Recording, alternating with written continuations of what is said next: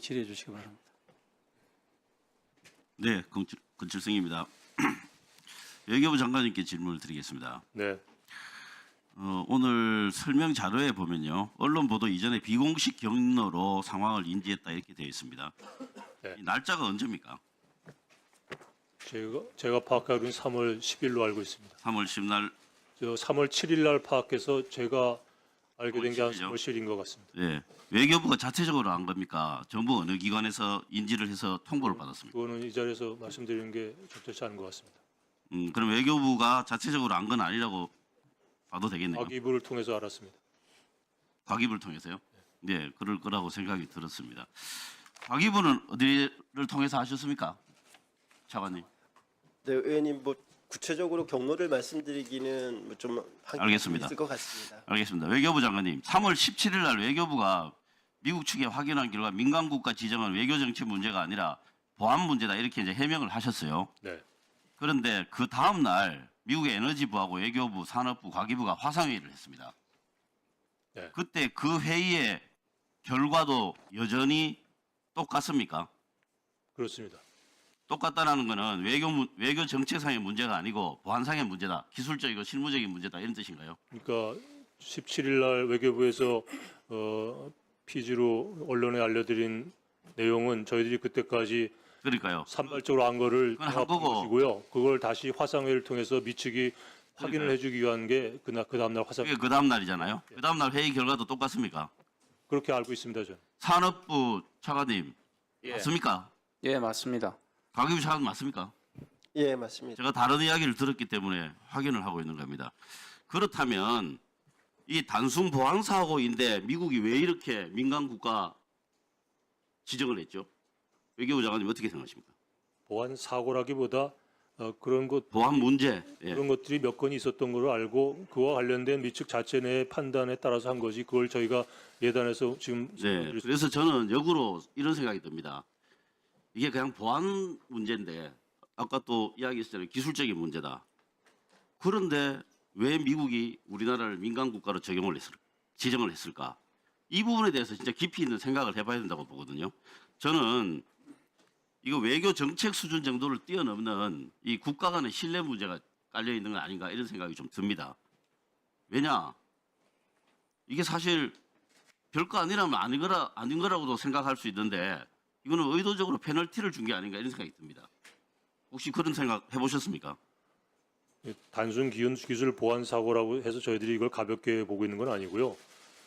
거기에 또 함의가 있기 때문에 그런 것들을 다 한미 간의 실무 협의를 예. 거쳐서 그 함의를 이야기를 해 주신다면 제가 이해를 하겠습니다.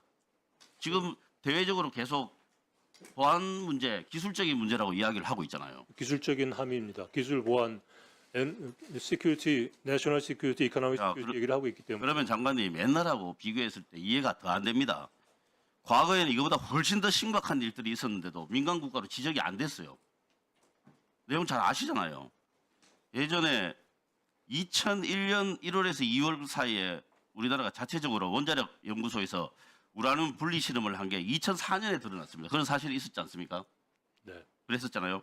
그때 유엔 안보리에도 회부될 뻔한 그 정도로 심각한 상황이었습니다.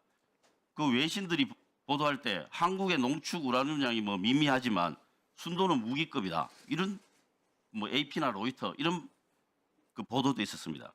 그때 당시에 청와대가 실험실 차원의 소규모 실험이었고 정부의 개입은 없었다. 이런 취지로 해명을 했었거든요.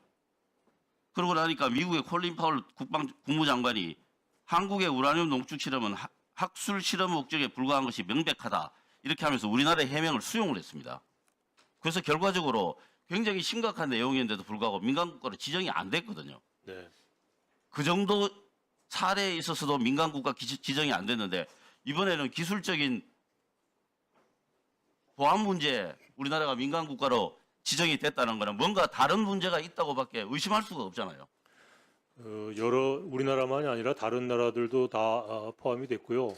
다른 나라 다 어디 포함됐습니까? 그걸 저희들이 그거 한번 보시면 굉장히 굴욕적입니다. 그게 포함되어 있다는 게.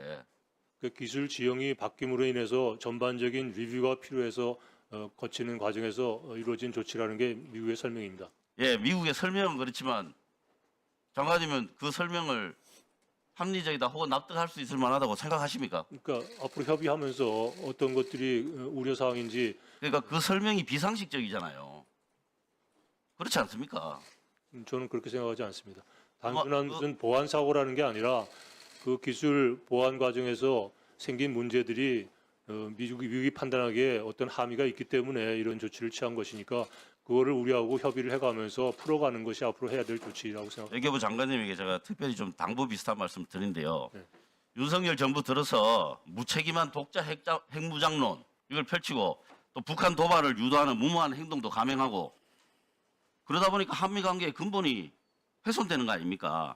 그러다가 작년 12월 달에 윤석열 대통령이 비상계엄 선포를 하면서 한미 동맹이 완전히 다 깨진 거 아닙니까?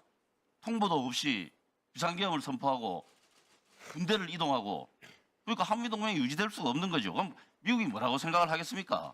그래서 이번에 보안 문제와 같은 이런 상대적으로 사소한 문제에 대해서도 민간 국가로 지정할 정도로 양국 관계가 어려워져 있는 겁니다. 그런 그게 기본적인 아니라고 인식에서 주한- 시작해야 되는 거 아닙니까? 그게 주한 비서자리가 그게 아니라고 공개적으로 얘기했고요. 에너지부 장관도 우리 산업부 장관에게 분명하게 그걸 재확인했으면 그걸 믿고서 이런 문제를 처리하는 게 적당한 수순이라고 생각합니다. 아니 당연히 말은 그렇게 하겠죠. 그런데 실제로 결과가 그렇지 않잖아요. 이건 앞으로 협의하면서 알게 되겠죠. 그다음에 산업부 차관님, 예, 그 장관께서 미국을 다녀오셨죠. 예, 그 최상목 대행에게 방미한 내용을 보고를 했죠. 예. 보고한 내용이 어떤 것인지 간단하게 설명을 부탁합니다.